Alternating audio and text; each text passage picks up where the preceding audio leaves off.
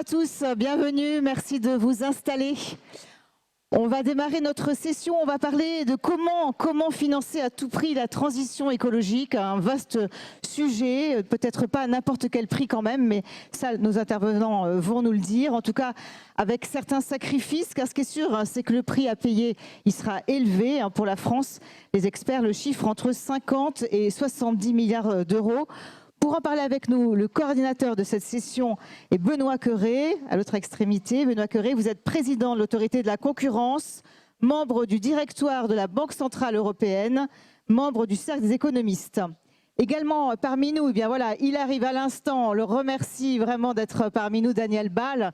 Vous êtes directeur général du CIC. Vous arrivez à l'instant, vous avez des petits soucis avec votre TGV, mais donc on vous remercie énormément d'être là. Voilà, vraiment. Vous arrivez directement, donc merci encore de votre présence. Également avec nous, à côté de lui, Lorenzo Bini Esmaghi, vous êtes président du conseil d'administration de la Société Générale. À côté de lui, Florence Lussmann, présidente de France Assureur.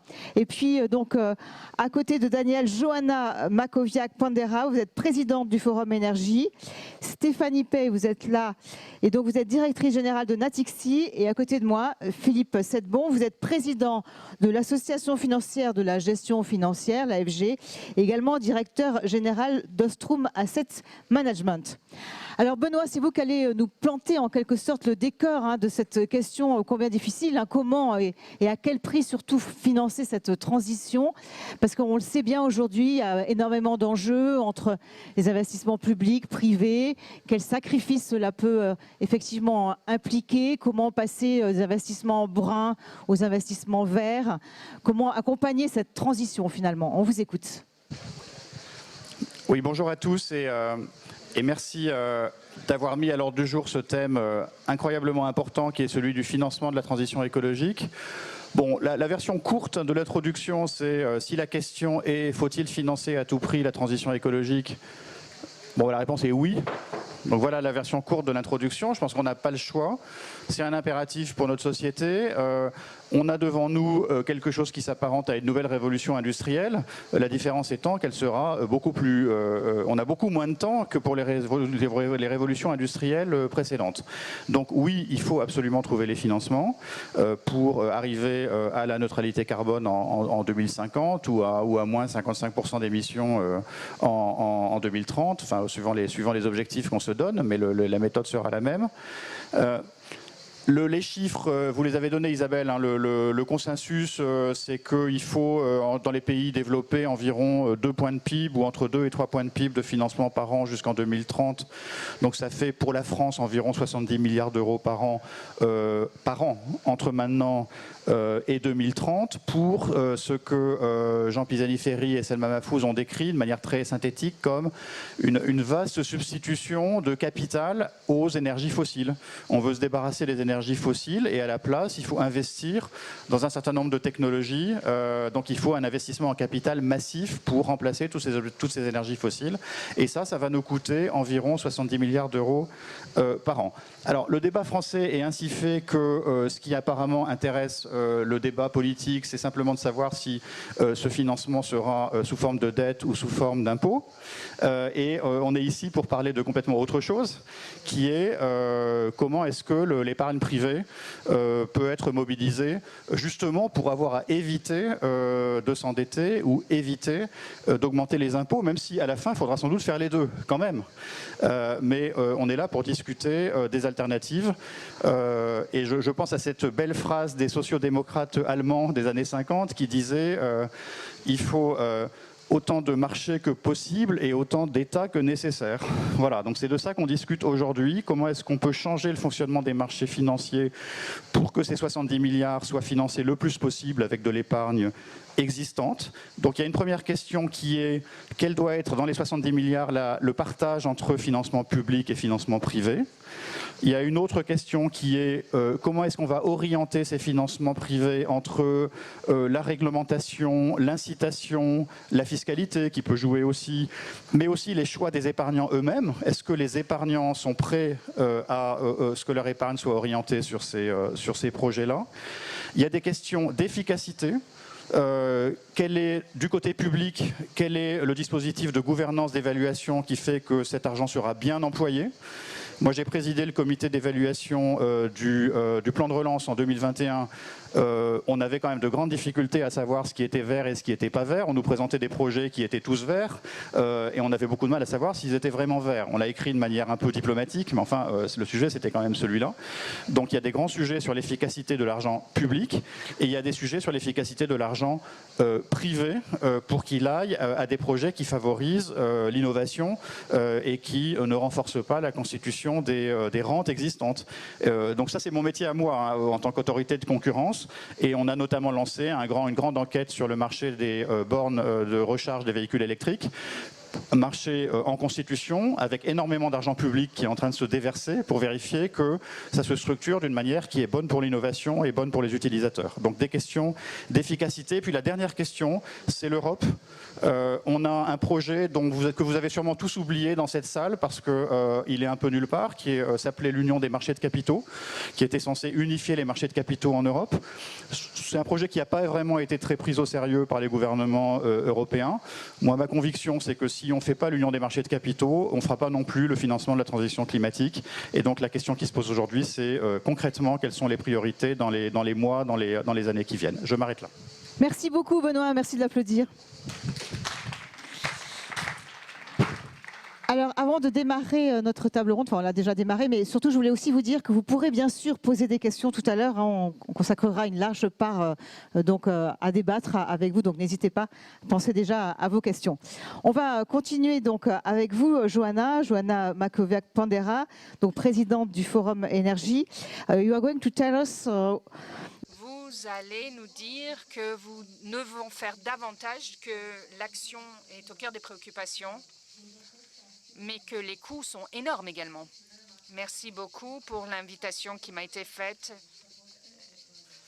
Je pense à la transition énergétique en Pologne. Vous savez, ce n'est certainement pas le pays le plus facile pour avoir une neutralité carbone, mais je voudrais évoquer 3 points.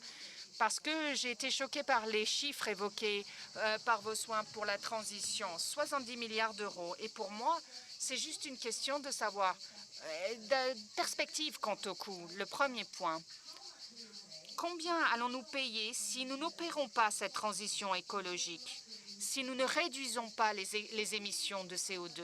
Je vais vous donner quelques chiffres qui m'ont frappé récemment. Les coûts de l'importation énergétique dans l'Union européenne. L'année dernière, c'était 700 milliards d'euros. Ça, c'est le montant dépensé sur l'importation de fossiles carbone. Nous avons eu un déficit structurel, donc il faut le régler. Également, l'année dernière, nous avons fait que subventionner cela par de la dépense à raison de 800 milliards d'euros. C'est le montant, plus ou moins, que le gouvernement américain a alloué pour des investissements en matière de la loi sur la réduction de l'inflation. Donc, ceci est le contexte que nous devons comprendre également.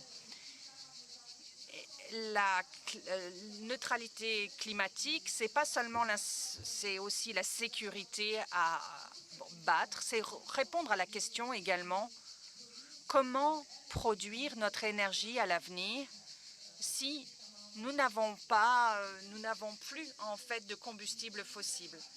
Donc c'est pour moi une question valable qui ne fonctionne pas beaucoup en Pologne parce que nous ne sommes pas le pays le plus riche en Europe, mais nous devons quand même nous y atteler. Ça a été nommé comme une transition des carbones, mais avec l'invasion de la Russie, il y a eu un embargo. Et donc, les perspectives d'utilisation de gaz à l'avenir sont donc limitées. Donc, on doit se demander quelles ressources peuvent jouer un rôle. Et là, je voudrais évoquer ce que vous avez dit, Benoît. Chaque fois, le coût, en fait, de la transition écologique. Il faut voir comment nous façonnons ce coût. Nous faisons de la modélisation de coûts depuis de nombreuses années et nous voyons tout cela basé sur des hypothèses. Tout dépend des décisions que les gouvernements vont prendre et les priorités qui vont être établies en fonction des politiques qui seront lancées. Et je pense que ce qui est important, c'est d'abord l'efficacité énergétique. C'est ça qui est pertinent. Si on commence par l'efficacité énergétique, les coûts seront moindres. Je pense qu'on devrait faire tout ce que nous pouvons pour réduire le coût au minimum. Mais ce qui est pertinent également, mon sentiment du moins, c'est que les fonds ne manquent pas, les capitaux ne manquent pas. Ce qui nous manque, c'est des discussions sur la manière de redistribuer le coût de la transition énergétique parmi les différents groupes de consommateurs d'énergie. Dans les foyers, par exemple, on parle beaucoup de pauvreté énergétique et d'une redistribution plus équitable de l'énergie. Et ça, selon moi, c'est ce qui devrait être au centre de nos préoccupations aujourd'hui. Daniel Ball, donc vous allez nous dire évidemment comment on va financer cette transition énergétique, hein, c'est notre sujet.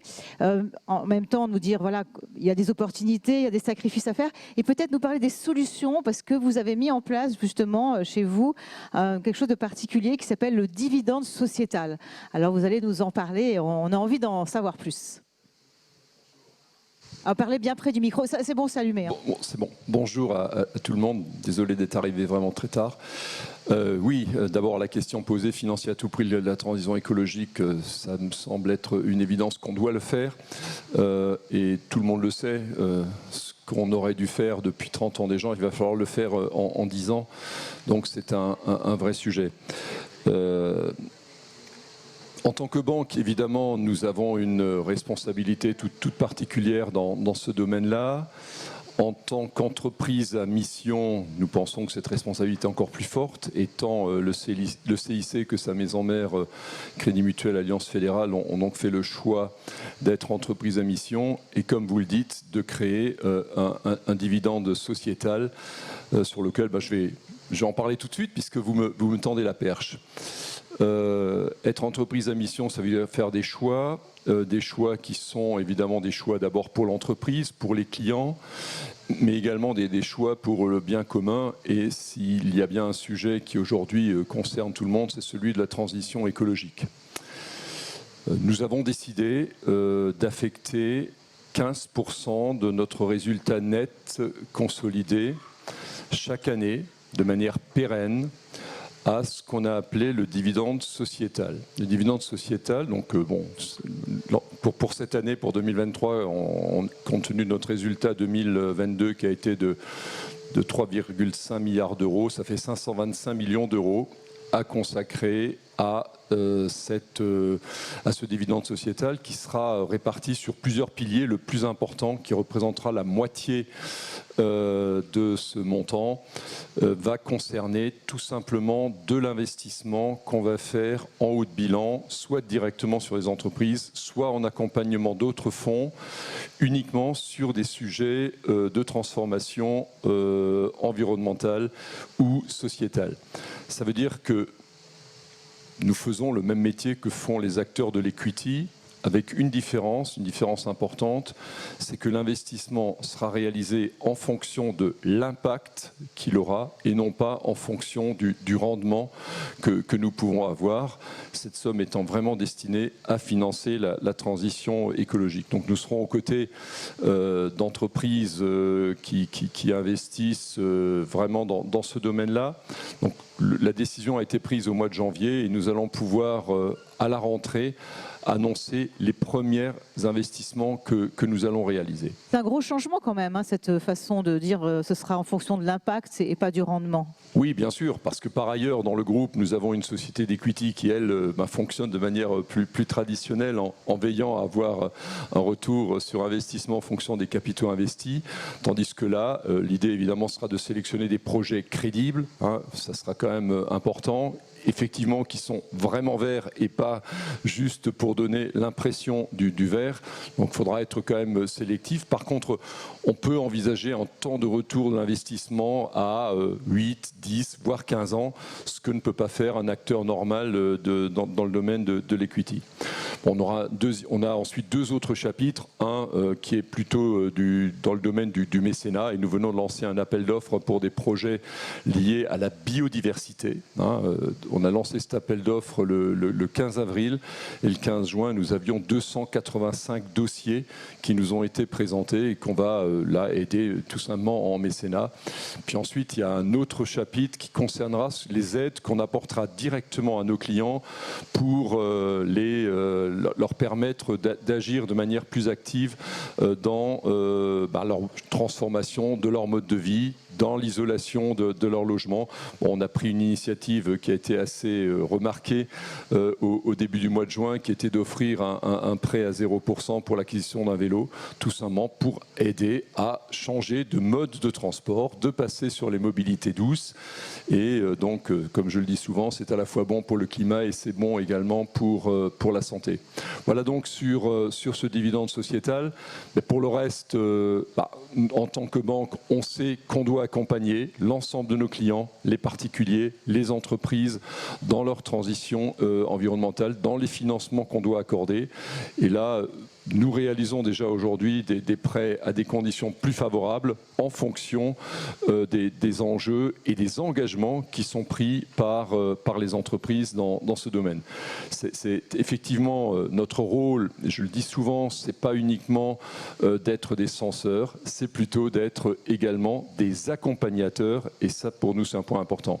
Merci beaucoup. On va enchaîner avec vous, Lorenzo Bini. Oui, on peut applaudir Daniel.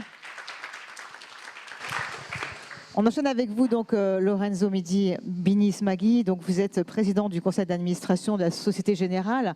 Vous allez nous parler évidemment du coût de cette transition, de ces difficultés, notamment peut-être de cette coordination européenne qu'il faut mettre davantage en place sur les instruments pour favoriser cette acceptabilité sociétale, et puis évidemment donc, de tout ce qu'il va falloir faire pour on va dire, accélérer ce financement de la transition, parce qu'il y a quand même des frictions aujourd'hui qui ne le rendent pas forcément facile. Oui, merci beaucoup. Peut-être trois messages assez synthétiques. Premièrement, la transition coûte, on l'a dit. Ça va coûter beaucoup plus cher de ce qu'on pense, parce qu'il n'y a pas seulement une question de transition, il y a une question d'adaptation. C'est-à-dire quand il fera à Aix 45 degrés, je ne suis pas sûr qu'on pourra faire les rencontres économiques d'Aix de la même façon qu'on les fait aujourd'hui. Ça demandera beaucoup d'investissement, ou bien il faudra déplacer. Pourquoi je parle de ça? Parce que quand on retarde la transition comme on l'a faite durant ces années, on accumule des CO2 qu'on ne peut pas détruire aujourd'hui. Donc chaque année, c'est pire. Donc le coût augmente chaque année. Donc il faut commencer à réfléchir en termes d'adaptation de nos modes de vie à des températures différentes. Et des zones entières de l'Europe vont être désertifiées. Deuxième message, et je ne veux pas être optimiste parce que chacun de nous peut raconter ce qu'il fait, mais l'Europe aura d'énormes problèmes. Il faut penser peut-être qu'on ne va pas y arriver. On ne va pas y arriver à financer la transition. Premièrement, les États sont surendettés. Donc ça veut dire qu'il faut augmenter les impôts, et je ne sais pas si on faisait un référendum aujourd'hui, qui est prêt à payer plus d'impôts pour financer la transition. Je ne vois pas beaucoup de mains levées. Et il y en a quelques-uns quand même. Hein, en sachant ce que cela voudrait dire, évidemment. Quand on passe au secteur privé, les besoins de financement sont énormes, mais il faut savoir que, vu le système financier qu'on a en Europe, qui est surtout basé sur les banques, les banques, elles peuvent prêter si elles ont du capital. Et elles peuvent avoir du capital si elles font des profits. Mais on sait que quand même, il y a une limite. Donc, ce sera très difficile pour un système financier comme celui qu'on a en Europe, basé sur les banques, de financer tout à travers les banques. Et on n'a pas de marché de capitaux. On a des 27 marchés de capitaux très, très petits. Et comme disait Benoît Cœuré, tant qu'on n'aura pas un marché des capitaux vraiment européen, on ne sera pas capable de financer tout ce qui est nécessaire pour faire la transition. Et surtout, on ne sera pas capable d'être compétitif par rapport à ce que font les États-Unis. Parce que les États-Unis, premièrement, ils ont un système financier développé, intégré, et ils ont un instrument très efficace. C'est la réduction d'impôts pour créer les investissements. Et les impôts, on les paye au niveau fédéral, pas au niveau local. En Europe, chacun a son budget. Donc l'espace fiscal pour créer un incentif à l'investissement est très différent de pays à pays. C'est vrai que le plan américain est quand même très très favorable et que nous, à côté en Europe... Ils font leur intérêt. Les Américains font leur intérêt avec les instruments qu'ils ont. Nous, on n'a pas les instruments, on ne veut pas les créer. On est timide, chacun pense à son propre petit terrain et on n'est pas en mesure d'être compétitif par rapport aux Américains. Dernier message, peut-être, ce que peuvent faire les banques, c'est accompagner, comme on disait tout à l'heure, les entreprises, les ménages, mais on ne peut pas les forcer. Et à la fin, on ne peut pas avoir une finance verte et une économie réelle brown, marron, disons. Il faut que l'initiative parte de l'économie réelle. Et nous, on peut les accompagner pour devenir verts, mais on ne peut pas les forcer. Et je pense que c'est une illusion du régulateur aujourd'hui de penser que, voilà, on met des contraintes sur les banques, et voilà, et les banques vont passer ces contraintes aux ménages et aux entreprises. Ça ne va pas marcher. Donc voilà, j'ai 3 messages peut-être pas très encourageants, mais qui doivent quand même lever l'attention des décideurs politiques européens et nationaux, parce que chaque jour qui passe augmente le coût de cette transition et le coût de cette adaptation à un climat qui, à la fin, va pénaliser l'Europe. Merci beaucoup, merci Lorenzo, merci. Florence Lussmann, en tant que présidente de France Assureur, vous avez peut-être à répondre à Lorenzo justement en disant effectivement les actifs, on ne peut pas d'un seul coup financer que des actifs verts et laisser tomber les actifs bruns. Il y a une question de transition, il y a une question de temporalité aussi. Puis alors vous avez aussi un autre prisme qui est celui des catastrophes naturelles qui évidemment vont impacter beaucoup votre activité. Oui, merci et bonjour à tous. Effectivement, les assureurs, ça fait des décennies qu'on est aux avant-postes du changement climatique. Donc pour nous, le réchauffement, c'est une réalité. On voit de plus en plus de catastrophes naturelles qu'à la fin, on indemnise, mais il ne faut jamais oublier que ce sont avant tout des drames humains. Il y a d'ailleurs de plus en plus de gens qui réfléchissent à cet impact psychologique des catastrophes naturelles, du réchauffement climatique. Je pourrais vous citer le UNDP, donc le programme des Nations Unies pour le développement humain. Il y a eu récemment une étude également qui a été faite à Cambridge et qui montre que pour une personne qui est touchée par un événement naturel, par une catastrophe naturelle, il y en a en fait 40 qui sont impactés. Donc ce sont vraiment des dimensions psychologiques, des dimensions de santé mentale, mais qu'il faudrait également chiffrer. C'est-à-dire que là, on dit que pour faire la transition, c'est 50 à 70 milliards par an pour la France, mais dans le coût de l'absence de transition, il faut évidemment tenir compte des coûts qui sont des coûts humains. Donc vous aurez compris que pour nous, évidemment, la transition est absolument nécessaire et indispensable. Alors ça tombe bien parce que non seulement on est aux côtés de nos assurés, on vous assure tous les jours et en particulier pour les événements climatiques, mais on est aussi les plus gros investisseurs, 2400 milliards d'euros de placement. C'est votre argent, c'est l'argent que vous nous confiez. Et cet argent, eh bien, évidemment, il est investi. Alors, il est investi de façon de plus en plus verte et durable. On est à plus de 270 milliards d'euros d'investissements qui sont verts. Mais je voudrais revenir à ce que disait mon voisin. Ce qui est très important sur des 2400 milliards, par exemple, il y a 1800 milliards, presque 1900 maintenant, d'assurance vie. Et donc, il faut aller interroger le client, parce que la vente d'un contrat d'assurance vie, ça démarre par une opération de conseil. Et quand on les interroge, les Français, sur leur épargne, qu'est-ce qu'ils veulent? Alors, c'est bien à 60%, ils veulent du sens. Et derrière le sens, on va retrouver cette notion de transition écologique. Mais ils veulent aussi de la sécurité. Ils sont plus de 30%. C'est le premier critère pour eux, c'est la sécurité et aussi la liquidité. Donc effectivement, nous, on est comptable de toutes ces sommes qui nous sont confiées. On est très, très volontaire et on le fait. Mais il faut évidemment que ce soit un vaste élan sociétal qui puisse nous conduire à investir encore plus, alors encore plus dans le vert et en fait encore plus dans la transition. Ce qui manque aujourd'hui le plus, il y a des tonnes de réglementations européennes. Nous aussi, comme on est très régulés, on est comme les banques, on essaye de contraindre les assureurs en se disant, bah, comme ça, du coup, eux, ils vont retransmettre les contraintes sur le monde réel, à la fois via les investissements et via leurs opérations d'assurance. Je pense que c'est un peu illusoire, que ce n'est pas sous cette contrainte, en tout cas pas sous cette contrainte seulement, qu'on y arrivera. On y arrivera parce qu'en fait, pour trouver les montants d'investissement, eh bien, qu'est-ce qu'il faut ? Il faut favoriser l'épargne. On entend beaucoup de discours sur la consommation, mais franchement, quand on se dit qu'il va falloir financer 50 à 70 milliards chaque année, dans un pays comme le nôtre qui n'a pas de fonds de pension, donc ça veut dire que l'investissement provient majoritairement de l'épargne d'assurance vie, eh bien il faut tout faire pour favoriser le développement de l'assurance vie. Et à cet égard, j'ai quelques inquiétudes sur ce qui est en train de se passer en France et à Bruxelles, mais on pourra en reparler. Merci beaucoup Florence Hussmann, merci.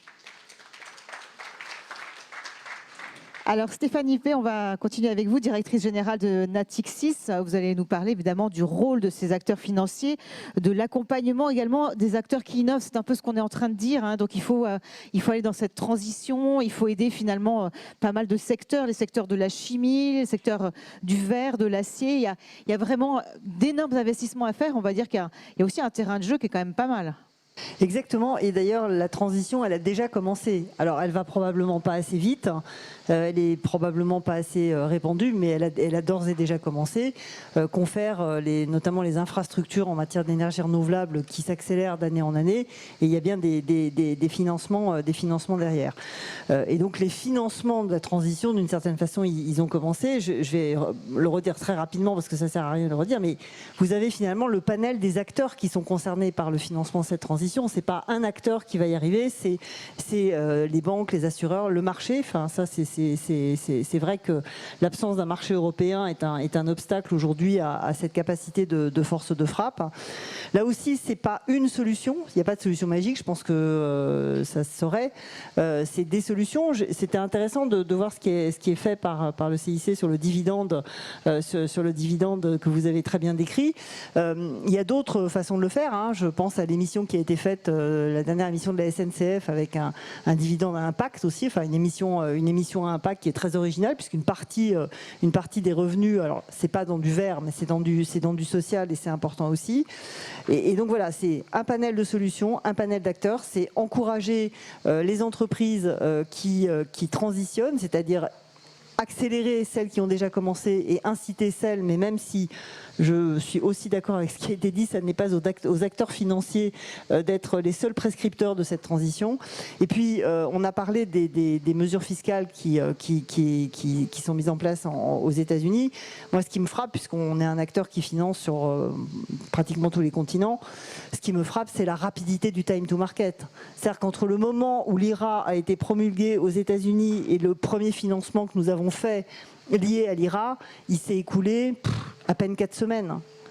Bon, je sais pas si vous... Et pour moi, ça, c'est paniquant. Enfin, c'est plus ça qui est inquiétant. Oui, parce qu'en France, il y a la lourdeur administrative, quoi. Il y a la France, il y a l'Europe. Enfin, voilà, on est encore en train de penser à ce qu'il faudrait faire. Et peut-être que leur dispositif est imparfait. Peut-être qu'effectivement, ça sert à financer du gaz. Que l'origine du gaz, on ne sait pas très bien d'où elle vient. Enfin, si, on sait d'où elle vient, à 60% du gaz de schiste. Mais néanmoins, cette capacité d'accompagner, elle est extrêmement rapide. Et là, nous, on est insuffisant. Donc c'est panel d'acteurs, panel de solutions et peut-être en profiter pour améliorer le fonctionnement des marchés en Europe et surtout aller beaucoup plus rapidement parce qu'il y a peut-être une urgence sur la transition et de se poser la question du coût, mais il y a surtout une urgence à trouver les moyens pour le faire.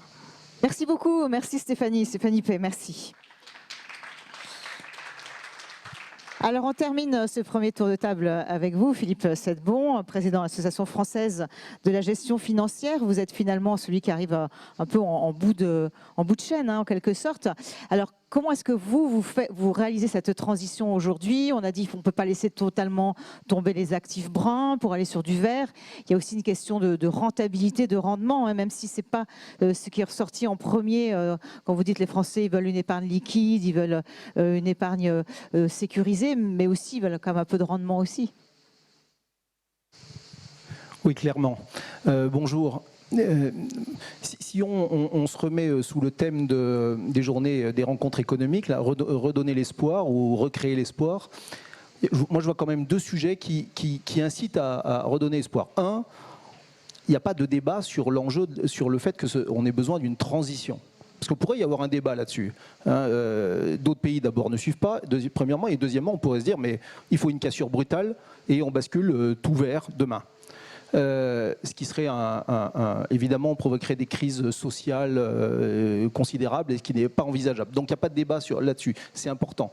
Deuxième point qui, je crois, est très positif, on a parlé des enjeux économiques de financement, 60, 70, peut-être 100 milliards, comme vous l'avez dit, ça coûtera peut-être plus cher, donc disons 100 milliards. La bonne nouvelle, c'est qu'en France, on a 3 000 milliards d'euros d'épargne longue. 3000, ça c'est le stock. Et en plus, on en ajoute à peu près 100 milliards chaque année. Donc, avant de penser... pour vous, on a l'argent.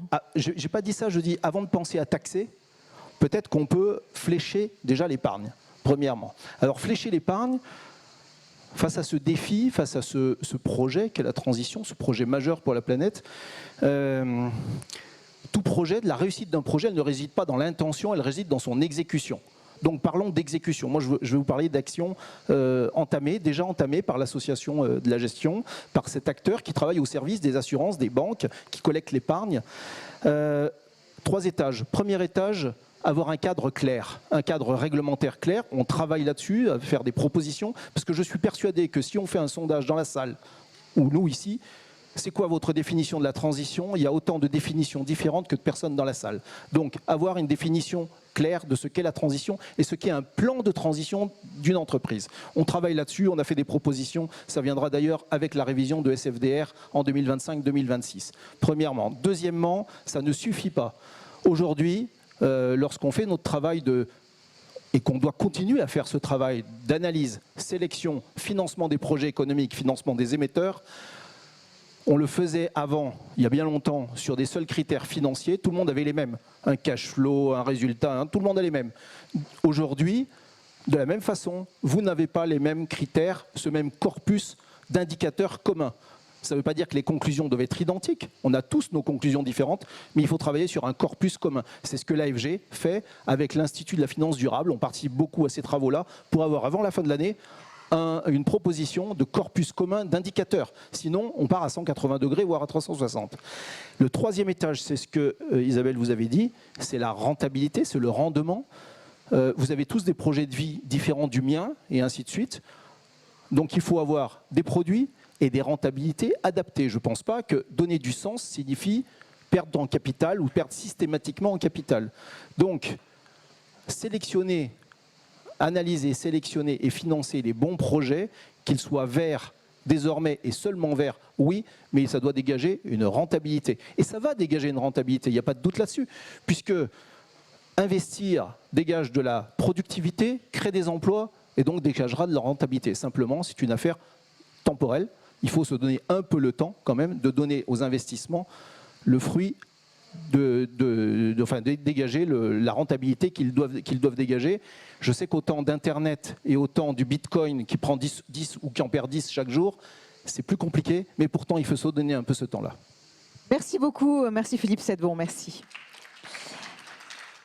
Alors peut-être une question pour compléter, puis après vous allez prendre la parole avec vos questions, parce que finalement ce qui ressort de tout ce que vous dites, c'est qu'il y a quand même des difficultés, et notamment des difficultés pour savoir qu'est-ce qu'un actif vert aujourd'hui. C'est un peu ce que vous nous disiez, Philippe, parce qu'il y a beaucoup de définitions et on n'arrive pas forcément à s'entendre. Benoît Cœuré, peut-être un début de réponse là-dessus. Je pense qu'il vaut mieux donner la parole aux acteurs financiers ici pour qu'ils nous disent, puisqu'on est dans le concret là, on essaie d'identifier les blocages. Donc quelles sont les incertitudes qui demeurent dans le cadre réglementaire qui les empêchent de faire leur travail, c'est-à-dire de flécher l'épargne qu'on leur confie vers des actifs verts. Moi, c'est ça que j'ai envie d'entendre. C'est qu'est-ce qu'il faut améliorer dans le cadre réglementaire pour que ce grand mouvement de fléchage de l'épargne puisse démarrer maintenant. Alors Florence, peut-être au niveau européen, il y a des choses à faire ? Alors déjà, on a un certain nombre de labels. Le sujet, c'est qu'on voit bien que ces labels ne sont pas entièrement stabilisés. Et en plus, ces labels, un peu comme la taxonomie, ils sont statiques. Et alors, qu'est-ce qui se passe si tout à coup, on décide qu'on ne veut financer ou, nous, investir que dans du vert? Il y a des pans entiers de nos économies industrielles qui vont s'arrêter, qui vont s'effondrer. Je pense que ça n'est tout simplement pas réaliste. D'où l'impérieuse nécessité, et c'est le cas dans la loi Industrie verte, de travailler à un référentiel commun sur la notion de transition et de plan de transition. Nous avons des programmes d'investissement qui sont fléchés. Il y en a un qui s'appelle Relance durable France. Nous conditionnons nos investissements au fait que les entreprises soient RSE, avec des critères sur le S, des critères de parité, etc. Et puis des critères, effectivement, sur la transition écologique. Et qu'est-ce qu'on voit? Eh bien, on voit qu'ils ont énormément de besoins d'accompagnement, et c'est ce que nous et nos asset managers leur prodiguent, parce qu'en fait, aujourd'hui, personne ne sait exactement ce que c'est qu'un bon plan de transition. Et qu'est-ce qui va se passer? C'est qu'effectivement, on va dire, oui, je vais investir dans telle entreprise parce que moi, j'y crois à son plan de transition. Et la transition, c'est ce qu'il y a de plus important, parce qu'à la limite, celles qui sont déjà vertes, elles ont fait le job. Ce qu'il faut, c'est que le brown se transforme en green à une échéance, si possible, pas trop lointaine. Donc, aujourd'hui, c'est la responsabilité de chaque assureur, de chaque asset manager, de dire, moi, j'y crois, j'y vais. Et évidemment, ce qui va se passer, dans 3, 4, 5 ans, on aura un superviseur qui viendra, qui disait, ah non, mais ça, c'est n'importe quoi, attendez, c'était évident que ce plan ne marcherait pas. Écoutez, moi, je les attends aujourd'hui, pour que tous ensemble, on se mette autour de la table, si possible d'ailleurs plutôt au plan européen, pour qu'on décide comment on construit pour une entreprise donnée un vrai plan de transition. Et puis évidemment, après, il faudra suivre son plein déroulement. Mais pour moi, aujourd'hui, c'est l'enjeu absolument fondamental. Stéphanie, après, Johanna veut rajouter quelque chose. Enfin, on va continuer le tour de table sur cette question. Oui, pour aller dans le sens de ce que vous indiquez, avec une vraie grosse différence entre je finance un actif vert, ça je vois à peu près ce que c'est qu'un actif vert, voilà, je finance des éoliennes à peu près correctement construites et qui vont générer de l'énergie verte, mais quid du financement? C'est quoi une entreprise verte? C'est ça toute la grosse différence. On a développé depuis 5 ans maintenant chez Natixis un indicateur interne qui s'appelle le Green Weighting Factor, qui nous permet de qualifier la couleur entre guillemets de notre portefeuille avec un plan de transition. Mais c'est beaucoup plus simple de qualifier les actifs que de qualifier les entreprises. Et donc on a besoin d'avoir une définition extrêmement partagée, là encore, de ce que c'est qu'une entreprise ou une organisation, pas uniquement une entreprise, une organisation verte. Johanna, oui. Yes, very briefly to... Très rapidement, pour répondre à ce que c'est l'investissement vert, il y a certaines règles qui sont dans la taxonomie qui décrivent précisément la définition d'un investissement vert, et il y a également une méthodologie très claire pour calculer l'empreinte. Donc, je pense que le défi principal pour le secteur financier, c'est d'appliquer ces règles qui existent pour être transparent, de ne pas faire du greenwashing et de monter à l'échelle au niveau des investissements. Ça, c'est le défi, pour pouvoir changer d'échelle. Au lieu d'avoir des investissements comme d'habitude, de mettre en place des investissements qui vont avoir pour objectif la neutralité carbone. J'espère, je vais être très pragmatique par rapport à la décision que peut prendre un banquier par rapport à un projet, par rapport à une entreprise. Et je suis encore assez proche des exploitants pour savoir comment ça se passe. Aujourd'hui, l'étude d'un dossier, que ce soit pour un dossier de haut de bilan ou pour un dossier de financement, prend bien entendu en compte les critères financiers de l'entreprise, mais de plus en plus, enfin nous c'est systématisé aujourd'hui, on prend en compte les critères extra-financiers. Et donc, c'est à partir de ça que nous prenons notre décision, et donc c'est pas forcément davantage de réglementation qui nous permettra d'être un meilleur acteur. On a un sujet qui est traditionnellement posé, c'est quelle est l'attitude qu'il faut avoir vis-à-vis des pétroliers? Faut-il continuer à les financer? Notre réponse est de dire tout simplement oui, s'ils investissent aujourd'hui de plus en plus vers des solutions d'énergie alternatives. Nous avons décidé par exemple de ne plus financer de nouveaux projets qui permettent d'augmenter les capacités de production en pétrole et en gaz Pour autant, on ne refuse pas de financer complètement ces entreprises parce qu'elles aussi font des efforts pour aller dans le sens de la transition écologique. Lorenzo, il va y avoir bientôt donc justement des règles qui vont obliger les grandes entreprises à publier leurs engagements extra-financiers justement. Hein. Oui. Donc 50 000 entreprises, je crois, sont concernées, c'est ça? Oui, mais si je peux me différencier un peu de ce qui a été dit là, on dit voilà, les règles ont été définies pour les banques, pour les assureurs, il faut les appliquer et voilà, et ça va se passer. Mais non, c'est pas comme ça. Nous, on va les appliquer, les règles. Le problème, c'est d'avoir en face de nous des clients, entreprises et d'ailleurs les ménages aussi, parce que quand on va faire un prêt immobilier, il faudra que ce prêt soit utilisé pour construire ou pour acheter des maisons qui sont en ligne. Donc, il faut qu'il y ait une compréhension du client. Il faut que le client soit green. Et ça, évidemment, ça commence pour les grandes entreprises, mais pour tout le reste. Donc, il ne suffit pas que les banques, les assurances, les acteurs financiers appliquent les règles, évidemment, on les applique, et on essaye d'aider nos clients. Mais l'effort le plus important sera d'utilité des clients. Il ne faut pas nier la réalité. L'effort le plus important, le coût le plus important sera de la part de nos clients. Et il faut les aider à définir un parcours financier. Et ce parcours financier va être compliqué s'il n'y a pas, surtout si en Europe, on n'a pas les mêmes incentives fiscaux, par exemple, qu'aux États-Unis. Et vous ne pensez pas qu'il y a quand même une appétence aujourd'hui des investisseurs, des épargnants à vouloir aller vers les investissements verts, justement? Oui, mais il y a une demande, mais il faut l'offre. Et le risque, c'est le greenwashing. Si on essaye à tout prix de satisfaire cette demande en inventant des investissements qui ne sont pas verts. Donc il faut faire très attention. Évidemment, la responsabilité des acteurs financiers, c'est d'être même plus royaliste que le roi dans l'application de ces règles. Mais l'effort, et il faut l'expliquer, l'effort doit venir de l'économie réelle, de ce qu'on appelle l'économie réelle, c'est-à-dire de ceux qui produisent et ceux qui investissent. Philippe Settebon, ça peut changer la donne, cette nécessité de publier donc, ces données extra-financières? Ah oui, bien sûr, mais on le fait déjà depuis un moment. La transparence sur les investissements, le truc, bien entendu. D'ailleurs, on a mis un peu la charrue avant les bœufs, puisqu'on a l'obligation d'être transparent sur les investissements que nous faisons avec des indicateurs extra-financiers, pour reprendre l'expression, alors même que les émetteurs n'ont pas encore cette obligation-là. Donc, justement, c'est un point particulier. J'y reviens dans une seconde. Juste le fléchage de l'épargne. Il y a les labels, bien entendu, qui donnent une information, hein, notamment pour toute la distribution, l'activité de distribution. Il y a la fiscalité qui peut orienter, mais la fiscalité ne doit pas trop orienter. Elle doit être un accélérateur éventuellement, mais pas orienter. Sinon, vous avez des phénomènes de concentration d'investissement et donc de bulles, et donc de rendement négatif à l'arrivée, ce que j'évoquais tout à l'heure. Donc il faut faire très attention à ça. Et puis il y a ce sujet, donc effectivement, comment on fait passer, hein, ce qu'on a tous dit, de brun à vert, et qu'on accompagne. Et ça, on a besoin d'informations. Donc c'est ce que vous disiez, Isabelle, c'est la réglementation CSRD qui oblige les entreprises à publier. Mais c'est essentiel.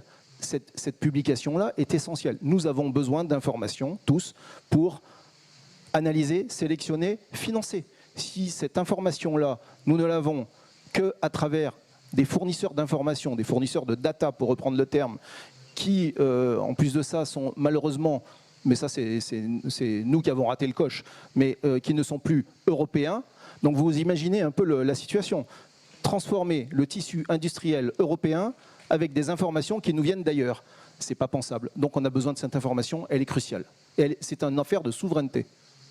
Alors, est-ce que vous avez des questions? On va laisser une large part aux questions. Oui, je vois des mains qui se lèvent ici, devant déjà. Monsieur, peut-être là, juste là. Voilà. Merci de vous présenter si vous voulez. Bonjour, merci à vous pour cette table ronde. Je me présente, je m'appelle Christophe, je suis étudiant à l'ESCP à Paris. Et je voulais vous demander sur un petit sujet qui s'est passé il y a moins de 3 semaines. Donc la BEI, lors d'un sommet sur un nouveau pacte mondial, a annoncé des nouvelles actions pour permettre de financer la transition écologique des pays en développement. Donc je voulais vous poser une question à tous. Comment, pour vous, encourager les pays les plus endettés à financer leur transition écologique? Alors, je ne sais pas qui a envie de se lancer. Allez, Benoît? Non? Je ne sais pas, je prenais le micro, je croyais que c'était pour vous. Non ? Je crois que ce qu'on peut dire, c'est que pour financer la transition écologique, il faut qu'il y ait de l'épargne. Donc en fait, dans ces pays, il faut commencer à essayer d'instituer des mécanismes d'épargne et d'épargne populaire. Et en fait, nous, on l'a fait. La France aide beaucoup l'Afrique francophone depuis des décennies. Ils nous ont copiés en banque, en assurance, etc. Donc il y a des moyens de favoriser et de solliciter cette épargne. Après, sur les schémas, si je reviens aux sujets qui sont liés au réchauffement climatique, aux catastrophes, etc., moi j'échange beaucoup avec les grandes organisations mondiales, l'OCDE, le FMI, et en fait, les conclusions auxquelles on arrive tous, que ce soit pour les pays développés ou pour les pays moins développés, c'est qu'il faut des partenariats publics-privés. C'est-à-dire qu'en fonction du niveau de fonds propres d'une industrie financière dans un pays donné, eh bien, elle peut couvrir un certain nombre de risques, elle peut investir jusqu'à un certain montant. Et puis au-delà, évidemment, il faut qu'il y ait un financement public. Benoît, vous voulez compléter ? Oui, je pense que si on veut aider les pays en développement à financer leur transition et leur adaptation, qui est un enjeu encore plus important chez eux que chez nous, il faut un changement de modèle, je crois, assez profond des organisations multilatérales, et je pense à la Banque mondiale, à la BEI, qui est notre organisation multilatérale à nous, Européens, et à la BERD et aux banques régionales. Il faut leur donner de l'argent, mais il faut aussi un changement de logiciel intellectuel, c'est-à-dire qu'il faut leur donner de l'argent, mais dans une approche peut-être moins paternaliste que par le passé,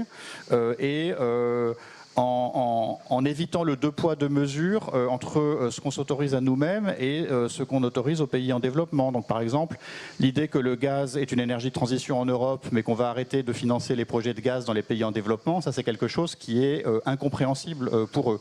Donc il faut aussi changer de logiciel, et pour ça il faut changer sans doute la gouvernance de ces institutions pour leur donner un rôle plus grand. On continue les questions, je crois qu'il y avait d'autres mains qui se levaient, alors on va essayer d'en prendre pas mal. Alors, on va faire peut-être là, voilà, puis après il y en a une, la madame aussi. Bonjour, je m'appelle Samy et je suis étudiant à HEC Paris. J'avais une question, j'ai bien compris qu'il y avait deux enjeux, c'était l'information, savoir quelle classe d'actifs était vert, quelle entreprise était verte, et la question de l'incitation. J'ai aussi compris qu'il y avait des problèmes dans les canaux de transmission, parce qu'il faut que les entreprises aussi réalisent des projets d'investissement vert. Les particuliers, il commence à y avoir des réformes avec par exemple l'impossibilité de louer des passoires thermiques à partir du 1er janvier 2023. Et du côté de l'incitation des banques, j'aimerais savoir ce que vous pensiez des propositions économiques qui émergent, comme par exemple le conditionnement du taux de refinancement des banques auprès des banques centrales à la présence de collatéraux verts ou d'actifs verts plutôt que bruns dans leur bilan. Est-ce que ce ne serait pas un bon moyen d'incitation pour flécher l'épargne vers la transition écologique ? Alors, oui, qui s'y colle? Daniel? Oh, mais je peux commencer à répondre. Bon, ok, une couche de réglementation en plus, je ne suis pas sûr que ce soit la réponse. Peut-être que le superviseur ou que le régulateur pense à ça. Moi, j'aimerais bien qu'on fasse confiance aux acteurs. Et qu'on fasse confiance aux acteurs de la banque, aux assureurs.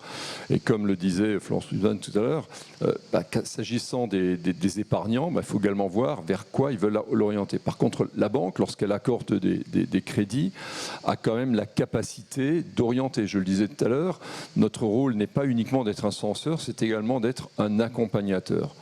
Alors si on ne le fait que parce qu'on a des conditions de refinancement privilégiées auprès de la Banque centrale, je dirais que ce serait assez restrictif. Ce matin, je lisais qu'une des intervenantes sur une des tables rondes disait qu'il faut davantage de réglementation pour la finance et que ce n'est pas qu'une question d'éthique. Je m'inscris complètement en faux par rapport à ça. Davantage de réglementation dans un secteur qui est déjà hyper régulé.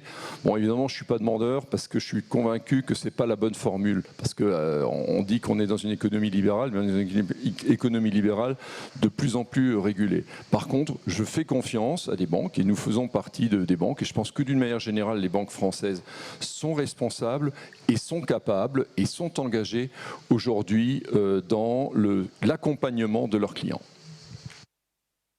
Quelqu'un veut rajouter quelque chose? On va passer à une autre question. Oui. Moi, je voudrais juste rajouter que vous citez la façon dont vous exprimez le truc, favoriser le refinancement. Mais le problème, c'est que toute la réglementation, non seulement il y en a trop, donc on l'arrête, je participe, mais en plus, elle n'est que punitive. Ce qu'on nous propose, c'est pas de nous bonifier si on refinance du vert, c'est de nous dégrader nos haircuts si on finance pas du vert. Donc, si vous voulez, il y a un moment donné, il faut aussi essayer d'inverser le processus et de donner envie. Et là, toute réglementation supplémentaire, en ce moment, est plutôt un tue-l'amour qu'une promotion de l'envie de financer des trucs verts. Johanna, vous voulez rajouter un complément? Yes, I would like to add to this because J'aimerais dire quelque chose là-dessus parce que je pense que le défi principal, effectivement, c'est de mobiliser l'investissement. Et comment le faire? Je pense qu'en général, dans l'Union européenne, on définit les objectifs pour mobiliser l'investissement.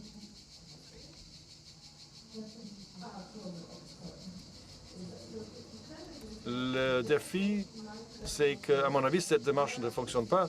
Et là où je pense qu'on peut changer notre réflexion, c'est à travers le partenariat public-privé ou des projets qui sont particulièrement importants pour l'État ou le pays peuvent obtenir un soutien supplémentaire de la part de l'État et on peut le fusionner avec un financement privé. Je ne sais pas dans quelle mesure cela fonctionne en France. En Pologne, on en parle beaucoup.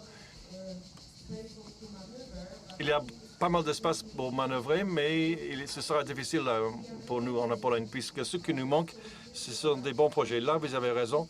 Si vous ne faites qu'interdire des financements des projets existants, ce n'est pas suffisant. On doit trouver des bons projets également. Et monsieur aussi, si vous voulez, on va répondre très vite, très vite. Merci, puisqu'on n'a plus que 2 minutes, 2-3 minutes, puis la conclusion de Benoît, bien sûr, je n'ai pas oublié. Juste restons en France et non pas dans les pays en voie de développement.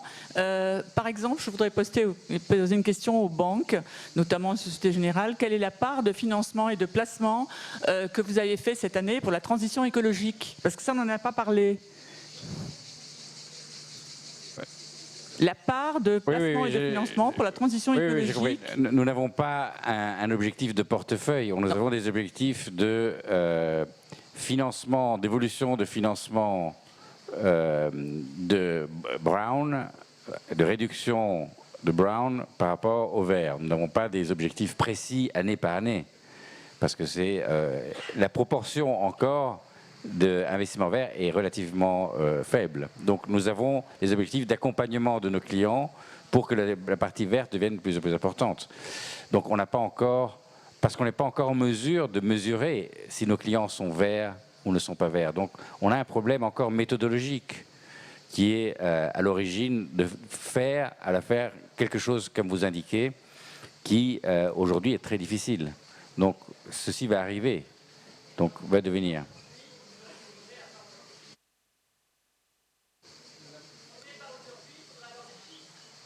Oui, mais pour avoir les chiffres, comme on disait tout à l'heure, les chiffres, on ne peut pas les inventer. Ils viennent de nos clients. Est-ce que nos clients sont verts ou bruns? Aujourd'hui, est très compliqué. Nous sommes en mesure de définir les investissements, mais pas le financement d'une entreprise. Si cette entreprise est-elle verte ou est-elle brune? Aujourd'hui, on ne peut pas extraire ces informations si l'entreprise ne nous les donne pas. Non, mais pour être si vous voulez vraiment des chiffres, je peux vous donner les chiffres du CIC. On n'a pas destiné à permettre la transition climatique et la transition environnementale. Et on s'est fixé dans le cadre du plan stratégique que nous allons finir à la fin de l'année d'augmenter de 35%, et on était déjà à 35% à la fin de l'année dernière. Donc ça veut dire qu'on a vraiment mis l'accélérateur là-dessus. Par contre, donner la proportion entre l'un et l'autre, je partage comment ça n'a pas beaucoup de sens de le dire aujourd'hui. Juste pour les asset managers, vous avez compris, on est tous engagés, donc, mais c'est plus facile dans l'asset management parce qu'on a un stock à gérer. Donc juste l'entreprise dont je m'occupe, mais c'est vrai pour l'ensemble de l'industrie ou une grande partie de l'industrie, 400 milliards d'euros sous gestion, 89% des actifs sont déjà article 8 ou 9 sous la réglementation européenne. Donc ça répond directement à votre question et c'est pour vous dire que nous sommes déjà engagés. Ce n'est pas devant, la transition, elle a commencé. Benoît, un mot de conclusion rapidement. Alors, merci parce que ça a été très dense et il y a beaucoup de choses qui ont été dites. Je sors de cette discussion un tout petit peu plus optimiste qu'au début. dans un contexte qui est quand même extrêmement déprimant, enfin qui est celui de ce réchauffement de notre vie, de notre économie, et je le dis pour les étudiants qui sont dans cette salle, c'est eux qui vont vivre avec 4 degrés de plus de température, c'est pas nous. Hein. Donc c'est un enjeu, c'est l'enjeu le plus important que notre société ait à affronter. Ce qui me rassure, c'est que la finance est mobilisée, c'est complètement au cœur des processus de décision, de la réglementation.